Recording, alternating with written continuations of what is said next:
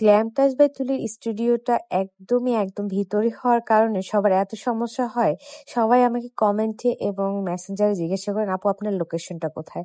Actually আমার লোকেশনের video দেওয়া আছে এবং আপনি মেসেজ দেওয়ার সঙ্গে আমার লোকেশনের অ্যাড্রেসটা আপনার ওখানে চলে যাবে। তো যাই হোক, আপনারা ইজিলি ভাবে পেয়ে যাবেন গ্ল্যাম টাচ বাই তুলির লোকেশন। আমার এই ব্রাইডটি আহ দিশা, যারা এর আগের যে ব্রাইডটি দেখেছেন তারই খালাতো বোন, মানে কাজিন। দিশার সাজ দেখে সে চলে আসছিল আমার কাছে যে আপু আপনার কাছেই আমার বিয়ের সাজটা সাজবো এবং আমি আপনার কাছ থেকেই সাজতে চাই, একদম যেন দিশার মতোই হয় এবং অনেক সুন্দর যেন লাগে আমাকে। তো তাকে বলেছিলাম, আচ্ছা তুমি তাহলে কেমন সাজ চাও বলো। তো বলেছিল আপু আমার সাজ দেখে যেন আমার জামাই উড়ে যায়। এই কথা শোনার পর আমার এত হাসি পেয়েছিল, বললাম জামাই যদি উড়েই যায় তোমাকে বিয়ে করবে কে? তো খুব হাসি ঠাট্টা মজার মধ্যেই শুরু হয়ে যায় তার সাজ এবং মাশাআল্লাহ তাকে এত প্রিটি লাগছিল, কোনো অংশে দিশার থেকে কম না। মাশাআল্লাহ দুই বোনই অনেক সুন্দর, তাই না? আপনারাই কমেন্ট করে জানাবেন আমার এই ব্রাইডটি কেমন দেখতে হয়েছে এবং তার সাজটি কেমন হয়েছে। তার চোখ দুটো তো মাশাআল্লাহ এত সুন্দর, চোখ দুটার দিকে তাকাই থাকতে ইচ্ছে করতেছে। আমার তো খুবই ভালো লাগছে। আপনাদের কাছে কেমন লাগছে অবশ্যই জানাবেন।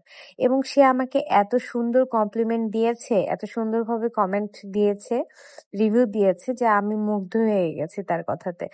আমাদের এখানে খুব সুন্দরভাবে, খুব কেয়ারিং ভাবে ব্রাইডকে সাজানো হয়। ব্রাইডের খুঁটিনাটি সব সমস্যাগুলো আমরা তুলে ধরি যে কোনো সমস্যা হচ্ছে কিনা সেটাই আজকে আমার ব্রাইড বলে দিবে। শিখিয়ে দিব, শিখা দেবে। Hi Maria. হাই। তারপর বলো গ্ল্যাম টাচ বাই তুলিতে সেজে কেমন লাগলো? অনেক ভালো লেগেছে। তাদের সার্ভিস আর বলার মতো না, অনেক ভালো service. Thank you so much. কখন কি লাগছে সবকিছু দেখতেছে, সব সময় খেয়াল রাখতেছে, এটা অনেক বড় ব্যাপার। ডাক্তার ফিল হলো নাকি যে ডাক্তার কাছে এসেছি?